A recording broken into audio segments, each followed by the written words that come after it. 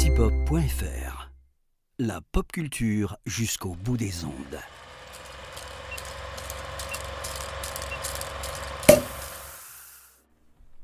Bonjour à toutes, bonjour à tous. Bienvenue dans ce 9e numéro du calendrier de l'après de l'apéro ciné. Je suis Antoine et aujourd'hui, je vous propose de commémorer l'anniversaire d'une légende de la musique. En effet, le 9 janvier 1944 naquit Jimmy Page, fameux guitariste du groupe des Yardbirds et ensuite d'un petit groupe nommé Led Zeppelin. Jimmy Page n'est pas tant apparu que ça au cinéma, mais il a notamment fait une apparition dans un très beau documentaire dont on va parler aujourd'hui, qui s'appelle It Might Get Loud, qui a été réalisé par Davis Guggenheim en 2008. Donc je vous propose de revenir sur 3 raisons de découvrir ce documentaire qui retrace un peu l'histoire de la guitare électrique notamment, mais du rock et du style de 3 musiciens de légende, Jimmy Page donc, The Edge du groupe U2 et Jack White qui a notamment contribué au groupe The White Stripes et The Raconteurs. La première raison, à mon sens, de découvrir It Might Get Loud, c'est pour l'intelligence de réalisation et d'écriture de ce documentaire.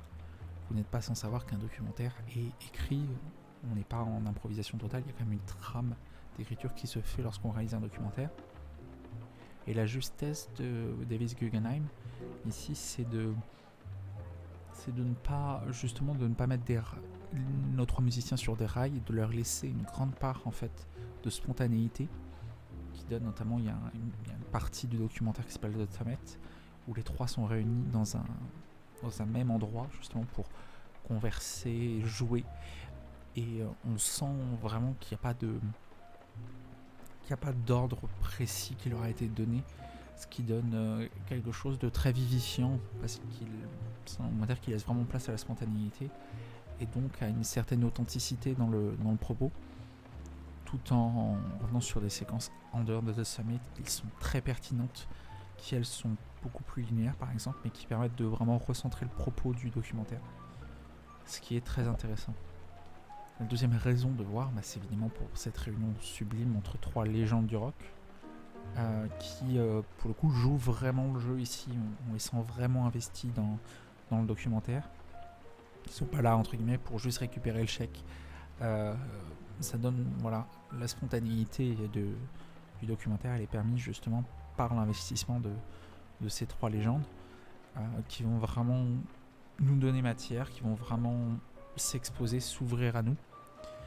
Ça donne un mélange vraiment intéressant qui laisse pas insensible, qui donne envie de plonger, qui donne envie de vraiment voir ce documentaire qui est pas long, qui dure un peu plus d'1h30 mais qui semble presque trop court tant la générosité de Jimmy Page, de The Edge et de Jack White est importante ici et fait évidemment plaisir pour tous les fans de musique qui regardent ce documentaire.